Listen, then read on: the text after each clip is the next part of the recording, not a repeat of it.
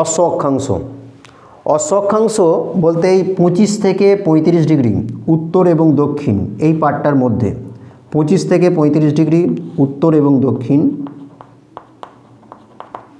উত্তর দক্ষিণ এই অক্ষাংশের মধ্যে ষোড়শ শতকে বিশেষত লক্ষ্য করা গেছে যে তখন যে মানে বাণিজ্য করা হতো কোনো জাহাজে করে। এখন বর্তমানে যেমন বিভিন্ন মাধ্যম আমরা দেখতে পাই, সেই মাধ্যম তখন অত প্রচলিত হয়নি। তা ওই জাহাজে করে যখন বাণিজ্য করা হচ্ছে, তা এই অঞ্চলের মধ্যে যখন আসতো তখন সেই জাহাজগুলো দেখা যাচ্ছে গতিহীন হয়ে পড়তো।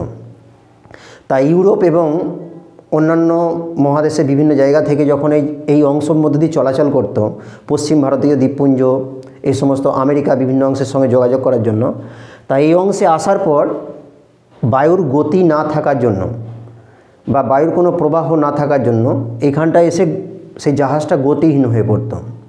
এই অবস্থায় তার একটা নির্দিষ্ট দিনের খাদ্য রসদ এই সমস্ত সংগ্রহ করে আনতো, কিন্তু দেখা যাচ্ছে ওই অংশটা পার হতে গিয়েই অনেক সময় পার হয়ে যাচ্ছে।